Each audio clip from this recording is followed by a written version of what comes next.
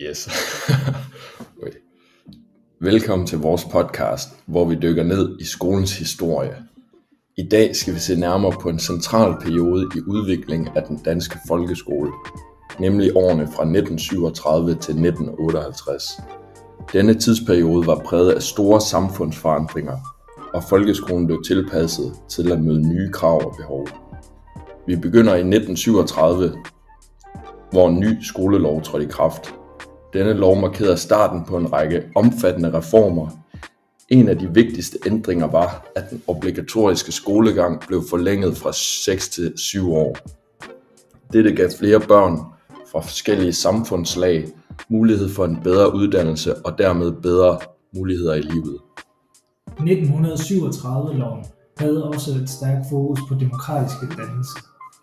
Det nye fag samfundsfag blev introduceret for at gøre eleverne mere bevidste om samfundets opbygning og deres rolle som demokratiske borgere.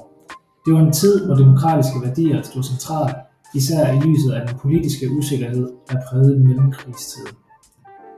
Under 2. verdenskrig og besættelsen kæmpede skolen for at bevare sin neutralitet, selvom undervisningen i nogen grad blev kontrolleret af de tyske besættelsesstyrker.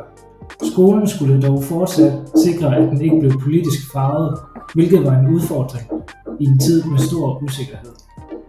I 1941 uddybede den radikale undervisningsminister Jørgen Jørgensen paragraffens opdragende og karakterdannende ord med en længere passage, hvor han præciserede, hvad man dengang anså for at være det danske samfunds værdigrundlag.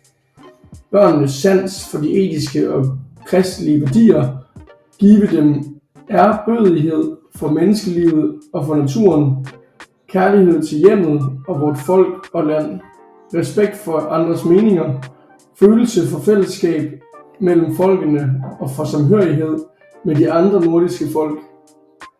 Efter krigens afslutning blev skolen en vigtig del af genopbygningen af det danske samfund.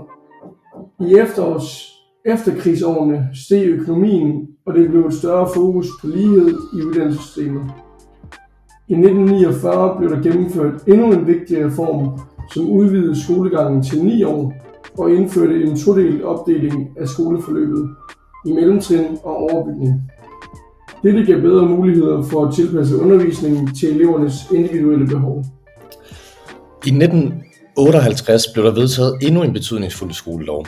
Denne lov byggede videre på de tidligere reformer og lagde vægt på at skabe en skole, der favner alle børn, uanset deres sociale eller geografiske baggrund.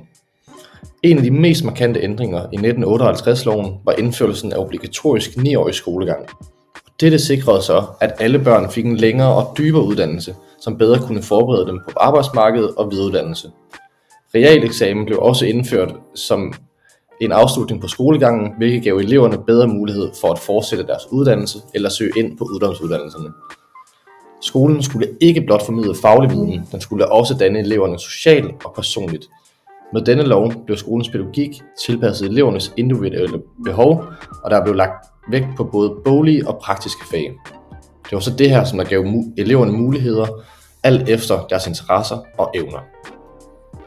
Både 1937 og 1958 lovene understregede skolens formål som en institution, der skulle danne eleverne til at blive aktive borgere i et demokratisk samfund. Skolen blev i højere grad set som et sted, hvor elevernes personlige, sociale og faglige udvikling skulle understøttes. Lærerne fik også en mere central rolle i den udvikling. De fik større pædagogisk frihed til at tilpasse undervisningen efter den enkelte elevs behov, men med den frihed fulgte også et øget ansvar for at sikre en høj faglig standard. Perioden fra 1937 til 1958 var afgørende for udviklingen af den danske folkeskole. Fra en traditionel skole til en moderne institution med fokus på både faglighed, social udvikling og demokratisk dannelse.